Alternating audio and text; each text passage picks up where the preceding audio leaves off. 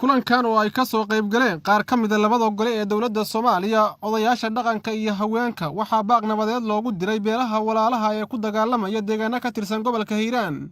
Kulankan ayaa lagu falanqeeyay sidii xal waara looga gaari lahaa dagaalada ku soo noqnoqday deegaanka ka tirsan gobolka Hiiraan. waxaana gabagabadii kulanka laga soo saaray warmurtiyeed ka kooban dhowr qodob waxaana warbaahinta u akhriyay wasiirka wasaaradda waxbarashada hidaha iyo tacliinta sare ee xukuumadda Soomaaliya injineer Cabdullaahi Abuukar Xaaji. waxaan ugu baaqaynaa beelaha dariska ah ee deegaankaas ee walaalaha ah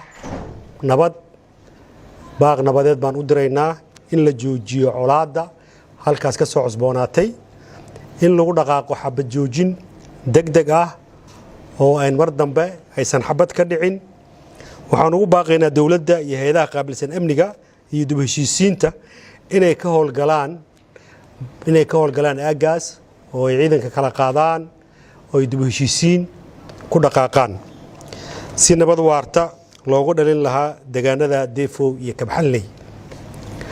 waxaan kaloo hay'adaha caalamiga iyo kuwa deeqda bixiya aan u jeedinaynaa inay gurmad degdeg ah u fidayaan maatida iyo shacabka ka barakacay deegaanada Deefow iyo Kabxanley.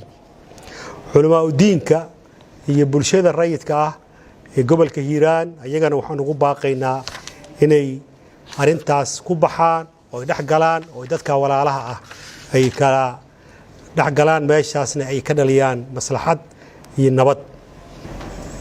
waxaan ugu baaqayaa dhammaan bulshooyinka Soomaaliyeed inay arintaas ay ku baxaan si loo helo nabad waarta oo deegaankaas ka dhacda. Saad Cabdi Taaliil, Universal TV, Muqdisho.